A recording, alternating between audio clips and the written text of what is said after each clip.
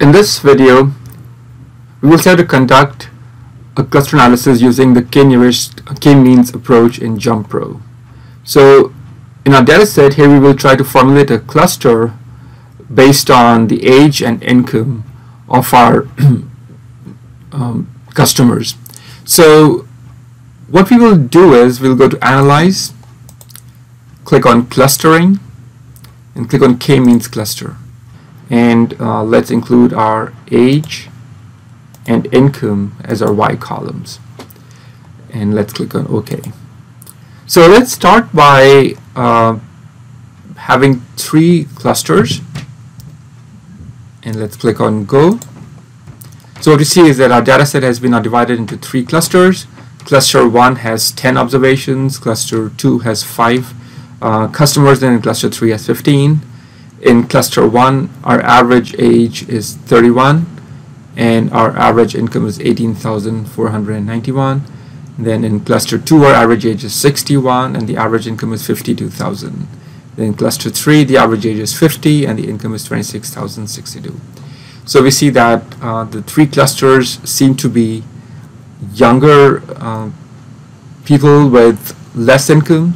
Then the second cluster is people who are close to retirement and have a higher income, and then the middle age with kind of medium income. We can also look at our cluster standard deviations. This tells us standard deviation for each of these variables within cluster. If we want to copy these clusters into our data set, we can cluster menu option and then we can say save clusters. So now we get our clusters and the distance of each of these observations from the cluster center being given here. And again, we can carry out the same analysis where we can look at the various statistics between each of these clusters. If we go to tables, click on summary, then we say group by cluster, and again let's look at our some of these categorical variables. Click on sum, and then let's look at the average of our age and income.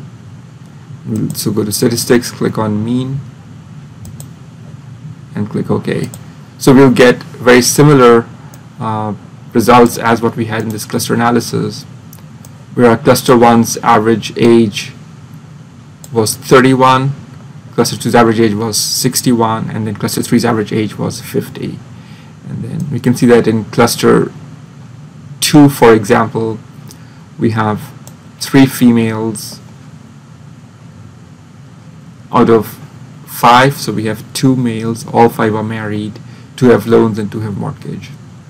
So this is another way of trying to come up with a way to partition out our data based on some various observable features.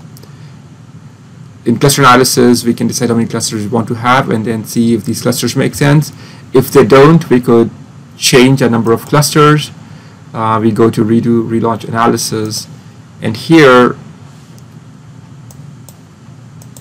we could choose, instead of 3, we could choose 4 clusters. So now we get these 4 clusters being formulated. We could look at the features of these clusters and see if we like 4 better than 3 or 5. And the user can now decide how many clusters they want to conduct in their analysis. Instead of doing this individually for different cluster sizes, we could also do this in one iterative step. For this, we would click on redo or relaunch analysis, and so let's click on OK. And now in this dialog, let's say we want to get anywhere from 3 to 6 clusters, or let's say we want to get from 2 to 6 clusters, and let's click on OK.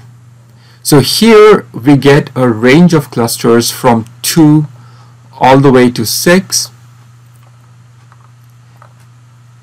and then we can decide on how many clusters we want to have. So it seems that based on the calculations, it says that 6 is our optimal number of clusters because it has the highest CCC score. However, the question that we need to ask is 6 a reasonable number, or do we need to have less than 6 clusters?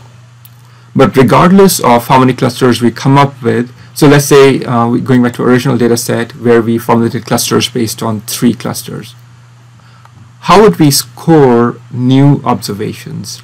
Now in this case, instead of saving the cluster, we would have to save the cluster formula. So we will go to our save 3 cluster window because we're working with 3 clusters. Here we'll say save cluster formula. So we have the same analysis as before, but instead of the cluster formula, so for clusters we have not cluster formulas. How will this help? So let's say we have a new customer whose age is, let's say, 56, and their income is 30,000.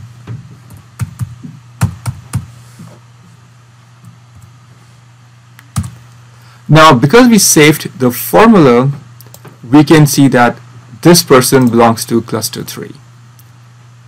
However, when we save the clusters, then we got a blank data because this was not a dynamic, it's a static thing.